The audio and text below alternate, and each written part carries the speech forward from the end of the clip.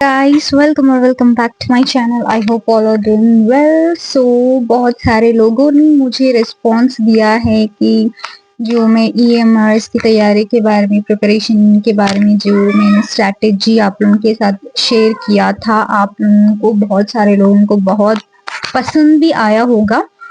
तो बहुत सारे लोग सोच रहे होंगे कि मैं पूरा इंग्लिश में ही बता रही हूँ। तो एक्चुअली मुझे लगता है शायद बहुत सारे ऐसे लोग हैं जिन्हें लैंग्वेज की प्रॉब्लम होती है, तो उन लोगों के लिए मैं स्पेशली इंग्लिश में मैंने वो जो वीडियो बनाया था ईएमआरएस की प्रिपरेशन के लिए, तो मैंने वो बनाया था। तो आप लोग डेफिनेटली चेकआउट कर सकते हैं। ठीक है, अभी जितने भी लोग हैं जो सीरियस एस्पिरेंट्स हैं, जो सीरियसली तैयारी करना चाहते हैं, तो आप लोग बिना टाइम वेस्ट किए आप अपना तैयारी करें। Definitely you guys will definitely achieve it. Okay, तो बहुत सारे लोगों का डाउट था कि कैसे प्रिपेयर करें, नहीं करें। जनरल हिंदी पेपर बहुत ज्यादा डिफिकल्ट लगता है, या फिर किसी को जनरल इंग्लिश पेपर मुझे बहुत ज्यादा डिफिकल्ट लगता है, एंड किसी किसी को रीजनल लैंग्वेज पेपर बहुत ज्यादा डिफिकल्ट लगता है। मैं उन लोगों के लिए स्पेशली बताना चाहती हूँ कि देखिए, बहुत कुछ सब कुछ बहुत कुछ डिफिकल्ट लगता है, लेकिन हम लोगों को क्या करना है, हिम्मत नहीं हारना है। हम लोगों को आगे बढ़ के उसकी तैयारी करना है। ठीक है, अगर हम लोगों को लगता है कि जनरल इंग्लिश पेपर हो गया, या फिर जनरल हिंदी पेपर हो गया, या फिर जनरल रीजनल लैंग्वेज कोई सा भी हो गया, आपको लगता है कि डिफिकल्ट है, ठीक है, एक बार उसको बेसिक से समझने की कोशिश करें। एक अब सिलेबस दिया हुआ है जनरल हिंदी का, इंग्लिश का, ठीक है।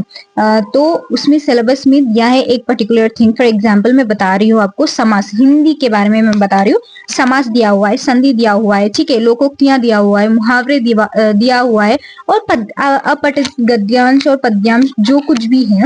आपको पैसेज देख के तो आंसर करना आता है ना। मैक्सिमम लोगों को एक 3 मार्क्स तो पैसेज से आप क्लियर कर सकते हो ना, मतलब ला सकते हो ना, डेफिनेटली। एंड दूसरा हो गया विलोम शब्द। विलोम शब्द तो मैक्सिमम लोगों को आता ही होगा, बहुत ही इजी पार्ट है। और इस बार जो हम लोगों का पेपर है बहुत ही इजी कर दिया है, क्योंकि इस बार जो उन्होंने जो रूल रखा है कि कुल मिला के both from English and Hindi आपको अगर पीजीटी वाले स्टूडेंट्स है तो 8 मार्क्स लाने होंगे। अगर आप लोग टीजीटी के स्टूडेंट्स है, रीजनल लैंग्वेज से, हिंदी से, इंग्लिश से, तीनों तीनों सब्जेक्ट से मिला के अगर आपको 12 मार्क्स लाने हैं, ठीक है। तो इसमें उन्होंने कंपलसरी कुछ भी नहीं कहा है कि आपको कंपलसरीली हिंदी में ही 40% लाना है, इंग्लिश में ही 40% लाना है, और क्या बोलते हैं, रीजनल लैंग्वेज में ही 40% लाना है। ऐसा उन्होंने कुछ भी नहीं कहा है गाइस।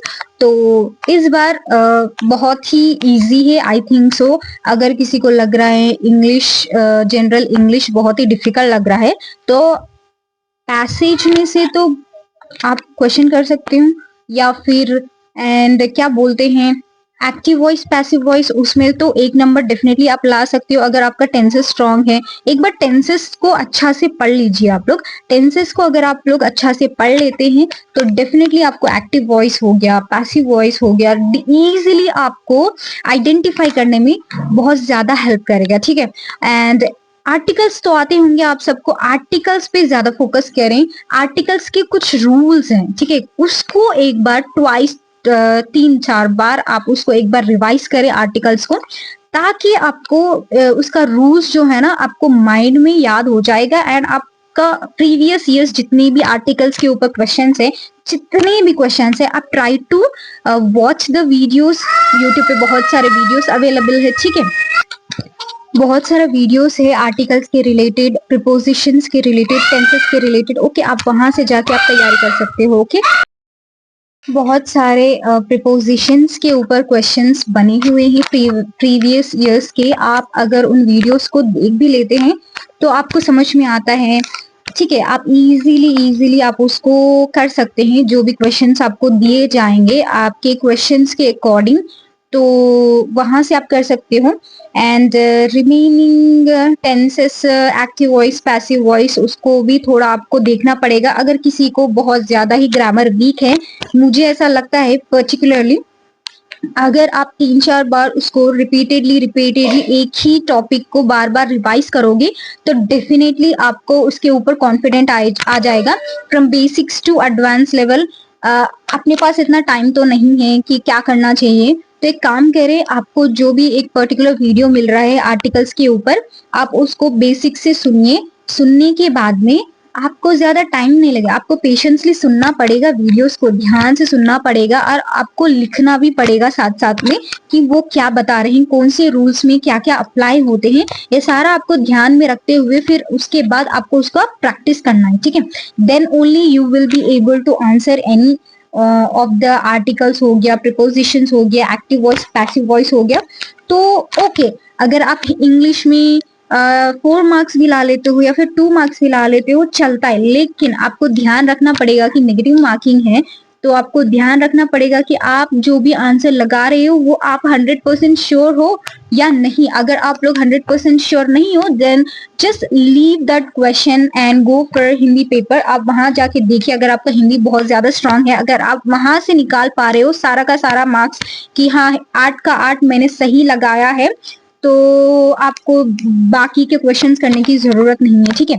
तो आप उस तरह से आप इजीली क्वालिफाई कर सकती हो। एंड हाँ, सिर्फ जनरल हिंदी पढ़ लिया हो गया नहीं, आपको साइमल्टेनियसली बाकी के जो 5 पेपर्स है, ऊपर वाले पेपर्स, उसको भी आपको ध्यान में रखते हुए प्रिपेयर करना है। रीजनिंग अगर आपका स्ट्रांग है, आप उसमें ज्यादा अच्छा कर सकते हो।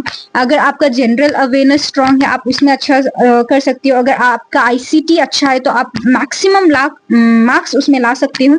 अगर आपका टीचिंग एप्टीट्यूड बेहतर है, बेस्ट है, आपका टीचिंग एप्टीट्यूड में आपका अच्छा पकड़ है, तो आप उसमें अच्छा स्कोर कर सकते हो मैक्सिमम तक, ठीक है। एनईपी पे and domains of specific knowledge, ऐसा बहुत सारा कुछ है, आपको कुछ किसी भी चीज को इग्नोर नहीं करना है। जस्ट करंट अफेयर्स के अलावा बाकी सब आप कर सकते हो, लेकिन आपको पढ़ना पड़ेगा। Then only you will be able to answer any of the questions. Regularly you have to study one specific subject, you try to finish, आपको फिनिश करना ही पड़ेगा। आपके जितने सिलेबस दिए हुए हैं, आप पर्टिकुलर डेज आप कैलकुलेट कर लो और आप ट्राई करो कि आप उसको कंप्लीट करो। 1 दिन हो गया, 2 दिन हो गया, 3 दिन हो गया, आपको जितना टाइम लग रहा है स्पेसिफिक टाइम, आप हो सके तो आप जल्दी उसको फिनिश करने की कोशिश करें। जो भी सब्जेक्ट है, आईसीटी हो गया, रीजनिंग हो गया, आप जल्दी जल्दी उसको फिनिश कर सकते हैं। टीचिंग एप्टीट्यूड में 30 मार्क्स है तो आप उसको ज्यादा टाइम दें।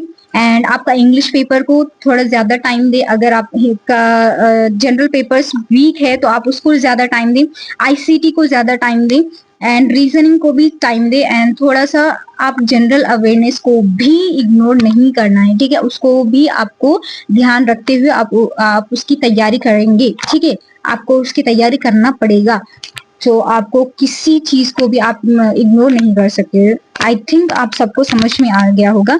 अगर आपको किसी भी चीज की जरूरत है, आप मुझे कमेंट कर सकते हैं, और मैं आपको डेफिनेटली गाइड करूंगी आपको कहाँ से किधर से क्या क्या पढ़ना है। तो फ्री सोर्सेस में बताऊंगी, आप जाके वहां से चेकआउट कर सकती हो जो भी वीडियो है, ठीक है, अवेलेबल ऑन द यूट्यूब, वहां से आप जाके प्रिपेयर कर सकती हो। Okay guys, I hope you guys understood. All the best.